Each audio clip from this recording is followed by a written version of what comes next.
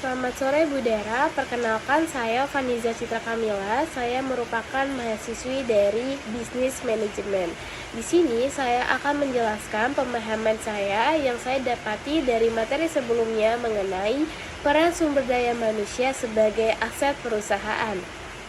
Sumber daya manusia merupakan kumpulan tenaga kerja yang menjadi suatu aset utama dalam suatu perusahaan.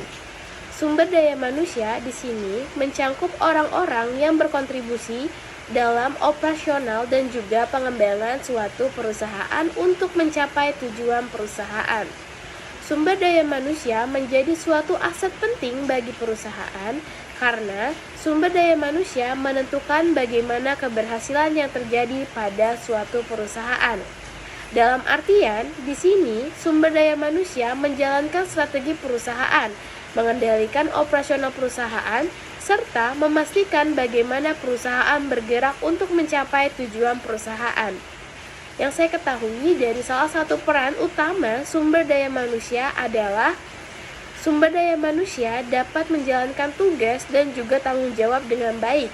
Hal ini dapat menciptakan output dan meningkatkan output dengan cara mengoptimalkan waktu dan juga sumber daya yang ada. Sumber daya manusia juga berperan dalam merancang inovasi melalui ide-ide yang disusun untuk meningkatkan daya saing suatu perusahaan. Selain daripada itu, sumber daya manusia juga berperan dalam menjaga dan memastikan bahwa fungsi serta alur bisnis perusahaan bergerak. Hal ini mencakup dari produksi, pemasaran, keuangan, dan aktivitas lain dalam suatu perusahaan sesuai dengan ketentuan perusahaan agar mencapai tujuan perusahaan.